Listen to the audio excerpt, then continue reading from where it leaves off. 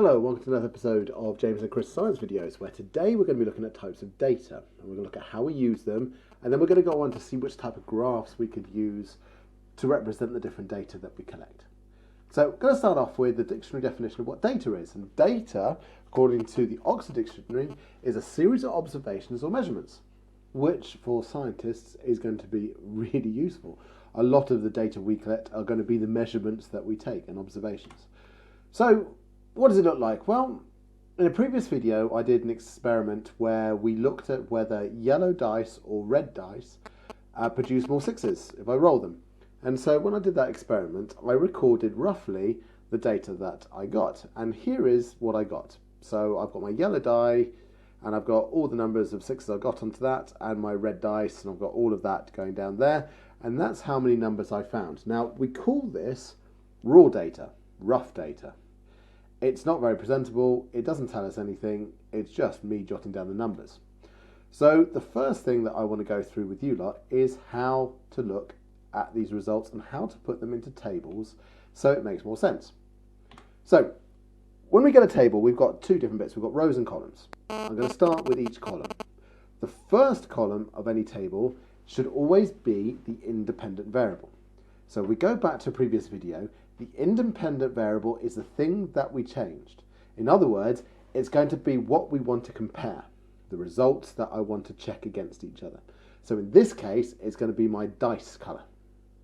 My dependent variable is what I'm measuring, is how I'm judging it. So by putting that in, if I do this, I've got the two titles, coloured dice, number of sixes, and there are my results, yellow and red. And what I've done is I've put that raw data into a form that shows the result I want. So I was comparing number of sixes. That big tally chart that I did before was no good. Now it clearly shows that yellow rolled 7 sixes, and with the red dice I rolled 7 sixes. So organising your data into a table is the first thing that you should do, and that first column should always be that independent variable. Now, at this point, I do want to mention, now it's not possible in this particular example, but at the top of each column, you should also put the units where appropriate. Now, in this case, there's no unit for colour of dice and there's no unit for number of sixes. But if I wanted to measure a distance, for example, I would put my centimetres here. If I wanted to measure my speed, I would put my metres per second here. And that means that I don't have to put that unit again throughout the rest of the table. Once that heading is at the top, all of the data that you put underneath it would follow that data pattern and follow that unit. So the two types of data we're going to look at are discontinuous and continuous. I'm going to start with discontinuous. And again, I'm going to give you the Oxford Dictionary definition. It says discontinuous data is differences between individuals in a characteristic that can only be put into different categories. Now the key bit on that is the last little bit of that sentence, can only be put into categories. So in other words, the results can either be one thing or another, and there's no kind of in between. A great example that I'm going to show you in a second is for those of you who play golf, and I'm going to see if there's a difference between right-handed swing and a left-handed swing.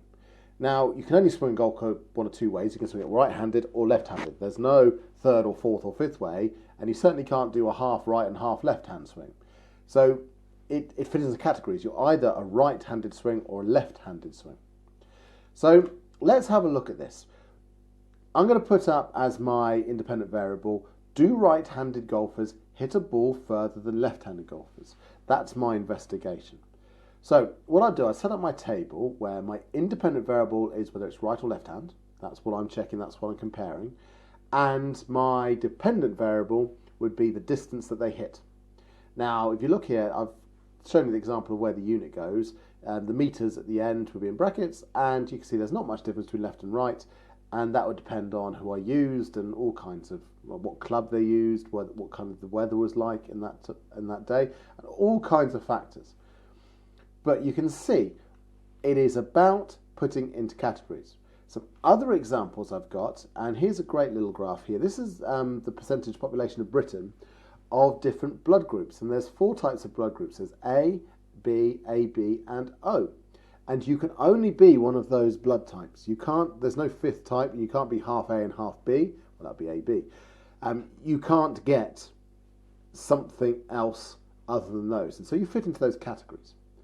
It could be what type of fuel your car runs. Your car is either going to run on fuel, as in petrol, diesel, or electric. It could be hybrid.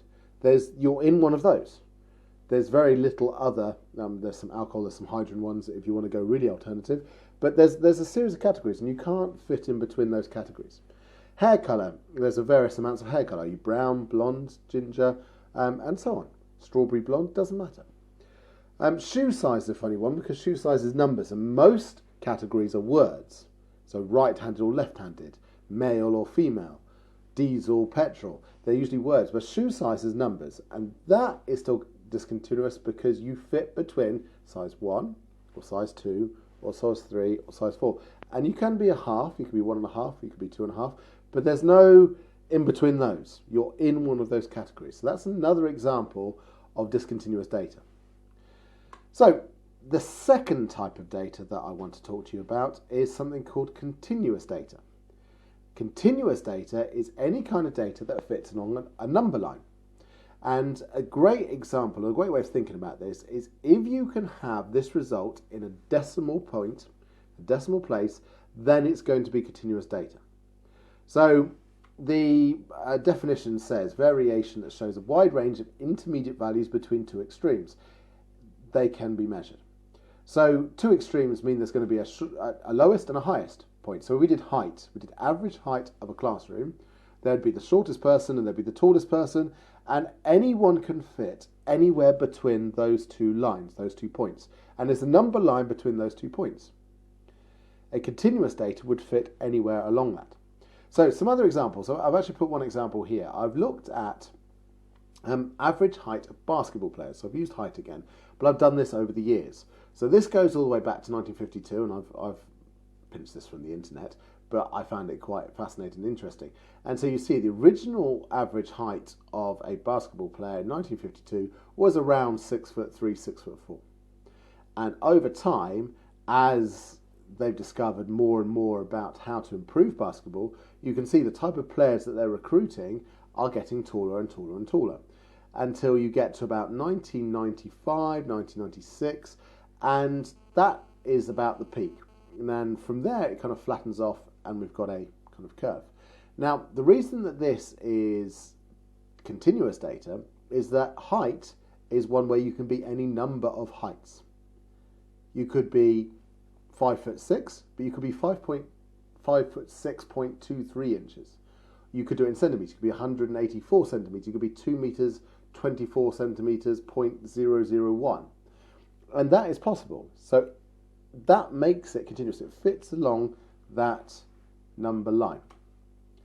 Now, there are some other examples, and you'll find that continuous data is going to be more useful to us as scientists. It gives us a wider range of what we can look at. And I've just included some that we will see throughout the course of the topics. We've got mass, we've got time, we've got current, we've got volume. I could have included pressure, density, moment. There's a whole range of different data that we collect that is going to be continuous in nature. Usually, numbers will be a continuous set of data. So, what to do with these numbers? Well, we want to show our data in the easiest form to read. And the easiest form for us to read are in graphs. Now, I'm going to do a video on just how to construct a graph later, so I'm not going to go into the graphs in particular. What I am going to do, though, is we're going to talk about which type of graph to choose. So this is quite easy. If it goes into categories, in other words, it's discontinuous data, then we have to look at bar graphs because each bar is a category. Now, I've done the nicest fruit. This was just a little kind of survey that I found on the internet, and this was within primary school children in England of what they preferred. And you can see apple, orange, banana, kiwi fruit, raspberry and grapes, and blueberry being right at the top there. And that would be that category. So they could choose between which one they wanted. They couldn't choose halfway between apple and orange. There's no half apple, half orange fruit. It doesn't exist. So you've got to be in one of those categories. And so that fits onto a bar graph. Now, a bar graph, you can move things around. There's no reason why it has to be apple, orange, banana. It could be orange, kiwi fruit, blueberry. You can arrange it however you want because the categories aren't necessarily in order. So if you've got words and it is continuous data, you're going to look at bar graph. However, if you've got sets of numbers and you know it is continuous data and it fits between 2 points, then we're going to be looking at line graphs. So what I've done here is just a simple graph of when bedtime changes as your age gets older. And so obviously the earlier you are, the earlier you go to bed, and then there's a peak at about college, and it estimates at about 3 a.m. in the morning. I put that in for fun, that raising children gives you no sleep, so that kind of doesn't count. Certainly true in my case. And then suddenly at the age of 40, you can see that the time that you go to bed gets earlier and earlier and earlier as you get older from that point. It's continuous data because I don't necessarily need to be 41 or 42 or 43. I could be 44 and 34 days and 16 hours. That would fit on that number line. That would be, I can fit anywhere along that line, and my bedtime can be at any time, and so it can fit anywhere on the line. So those are the 2 types of graphs we can choose. So let's summarize. We've got 2 types of data that you need to know about. There is discontinuous data, fits into categories, is used in bar charts. Then we've got continuous data that fits along a number line, and you use it to make line graphs. Thank you for watching. Hope to see you again soon. Bye bye.